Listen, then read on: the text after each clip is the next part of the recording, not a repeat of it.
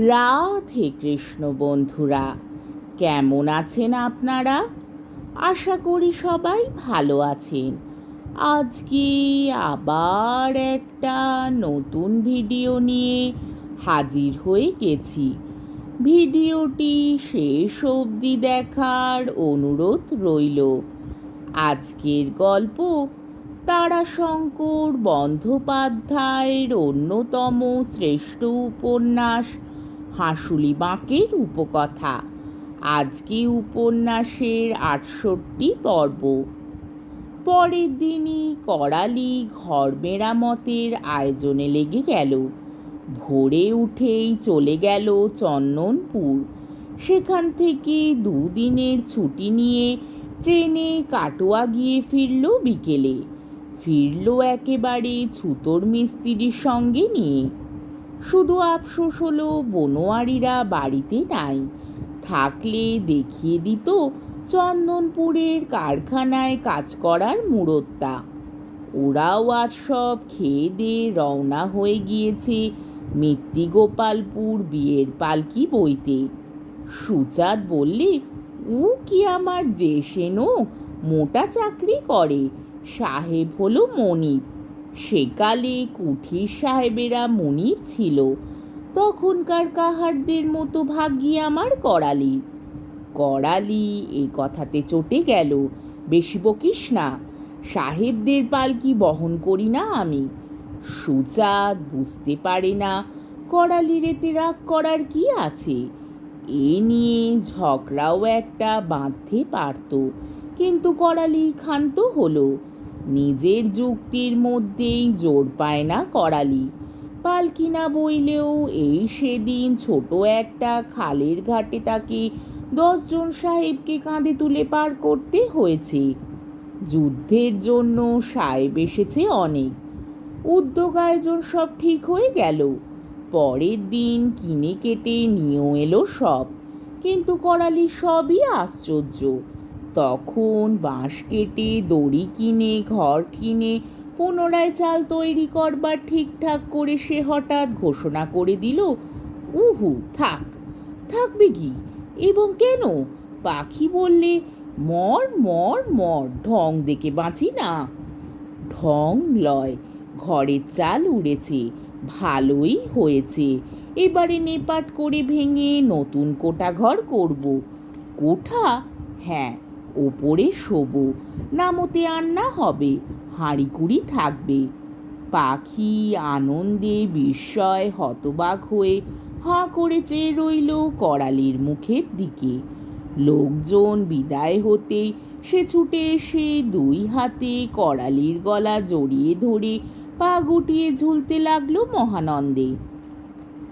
করালি অনেক ভাবলে, গবেষণা করলে, বললে, ঘর করব পূব দুয়ারি, 5 ভাগে থাকবে সিঁড়ি, দক্ষিণ দিকে আর পূর্ব দিকে 2টো বারজালা হবে। স্টেশন থেকে নোয়ার তার আনবো। স্টেশনে টিনের ঘরে কোণে কোণে যেমন তার দিয়ে বেঁধে মাটিতে খুঁটো পুঁতে বাঁধন দিয়ে টান দেয়, তেমনি টান দেবো। দেখি ব্যাটার ঝড় এবার কি করে ঘর উড়ায়। পাখির নাচবার কথাই। পাখি সত্যিই নাচল। নসুবালা নাই, সে গিয়েছে বিয়ে বাড়ি নাচতে, এঁটো পরিষ্কার করতে। সে থাকলে ছড়া কেটে কোমর ঘুরিয়ে নাচত। বসন ভালো মানুষ লোক, উচ্ছ্বসিত হওয়া তার স্বভাব নয়। সে শুধু হাসল। সুচাঁদ প্রথমটা হাসলে, ছড়া কাটলে, তারপর কাঁদলে পাখির বাপের নাম করে। তুই কোথা গেলি বাবা, দেখে যারি পাখির কোটা হবে যে। লোকে বিস্ময় স্তব্ধ হয়ে গেল।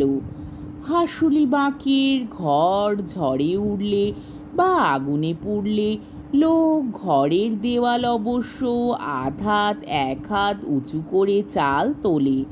কেউ কেউ উপরের নতুন দেয়ালে হাঁড়ির মুখ বসিয়ে একটু আধটু বাতাস ঢোকার ব্যবস্থা করে নেয়। বানে ঘর পড়ে গেলে নতুন করে পছন্দ মতো ঘর তৈরি করে ছোটোখাটো জানলাও রাখে। ঘরদোর হয়ে গেলে বলে মা কোপাইয়ের দয়াতে এ একরকম ভালোই হয়েছে। যাদের ভাঙে নাই তারা আফসোস করে বলে আমার ঘরখানা পড়লে বাঁচতাম, শুধু এক প্যাট দেয়াল পড়ে ত্রিভঙ্গ হয়ে দাঁড়িয়ে আইল জি। সেই সাহেব ডোবা চৌধুরী বাড়িতে মা লক্ষ্মী এসেছিলেন বানে। সেই বানে গোটা কাহারপাড়া ভেঙেছিল। সেবার নতুন করে হয়েছিল কাহারপাড়া। তার আগে নাকি কাহারপাড়ার ঘরগুলিতে কেউ সোজা হয়ে দাঁড়াতে পারত না। সেবার নতুন করে কাহারপাড়া তৈরি হলো। ঘরগুলি বর্তমানের আয়তন পেয়েছিল। এখন মাঝখানে মানুষ বেশ স্বচ্ছন্দে দাঁড়াতে পারে, কিন্তু চার কোণে এখনো মাথা ঠুকে যায়। এখন কাহারপাড়ার যে বড় ঘরগুলি দেখা যায় সেগুলি সবই বানে ভেঙে যাওয়ায় ওই মা কোপাইয়ের দয়ায় হয়েছে। সেগুলির কোণেও তারা মাথা ঠুকে যায় না। দেয়ালের উপর দিকে ছোট জানলাও আছে, কিন্তু করালিরে যে বিষম কাণ্ড। ঝড়ে ঘরের চাল উড়ল, দেয়াল খাঁড়া আছে। সেই দেয়াল খরচ করে ভেঙে নতুন ঘর, তাও আবার কোঠাঘর, যা কখনো কাহারপাড়ায় হয় নাই। বসন করালিকে ডেকে চুপি চুপি প্রশ্ন করলে, বাবা কোঠাঘরে খরচা আনে তা? করালি তাকে অভয় দিলে, তার লেগে তুমি ভেবো না। বসন পাখিকে জিজ্ঞাসা করলে, হ্যালো টাকা কতগুলি আছে বল দিনি। লব ডঙ্কা, তবে ধার করবে। স্টেশনে একজনা টাকা ধার দেয়। ও মা গো, বসন শিউরে উঠল, ধার করবে কিলো? হ্যাঁ, হপ্তা হপ্তা সুদ মিটিয়ে দেবে, আর কিছু কিছু আসল দিয়ে শোধ করবে। অবাক হয়ে গেল বসন। আবার সে গেল করালির কাছে। করালি তাকে জলের মতো বুঝিয়ে দিলে, চন্দনপুর স্টেশনে একজন মারোয়ারি আছে।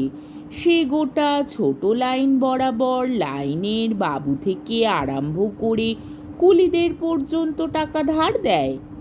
টাকায় নেয় 1 আনা হিসাবে সুদ। সপ্তাহে সপ্তাহে 1 পয়সা হিসাবে টাকায় সুদ সে আদায় নেয়। মাসের শেষে কিছু করে আসলে উসুল চায়। দিতে পারো ভালো, না পারো তম্বি নাই। আর 3 মাসের মাসে আসলে উসুলে কিছু চাই। করালি তার কাছেই 100 টাকা নেবে। সপ্তাহে তার রোজ এখন 8 টাকা 4 আনা। স্টেশনে 2-4টে মাল বয়, তাতেও টাকা 2 হয়। এই 10 টাকা 4 আনা থেকে সপ্তাহে সুদ তাকে দিতে হবে 1 টাকা ল আনা, থাকবে 8 টাকা 11 আনা। মহাজন মারওয়ারি বলেছে ও থেকে যদি করালি সপ্তাহে 2.5 টাকা হিসাবে আসলে উসুল দিয়ে যায়, তো মোটা হিসাবে 10 মাসে 100 টাকা শোধ হয়। সূক্ষ্ম হিসেব সে পরে করে দেবে, এবং সে হিসেব সে মাস্টার বাবুকে দিয়ে যাচাই করেও নেবে।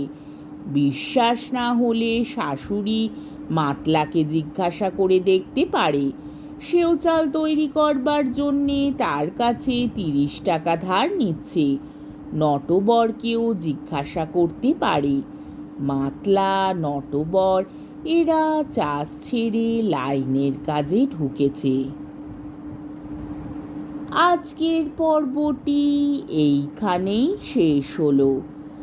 আমার ভিডিওটি যদি আপনাদের ভালো লেগে থাকে তাহলে আমাকে কমেন্টের মাধ্যমে আপনাদের মূল্যবান মতামত অবশ্যই জানাবেন, এবং আমার ভিডিওটিকে লাইক ও শেয়ার করার ও আমার চ্যানেলটিকে সাবস্ক্রাইব করারও অনুরোধ রইল। তাহলে আজকের ভিডিওটা এই অবধি। পরের দিন আবার এই উপন্যাসেরই 69 পর্ব নিয়ে হাজির হয়ে যাব। ততক্ষণ পর্যন্ত আপনারা সবাই ভালো থাকবেন, সুস্থ থাকবেন, সাবধানে থাকবেন এবং আমার ভিডিওটি দেখতে থাকবেন। তাহলে আজকে আসি। রাধে কৃষ্ণ।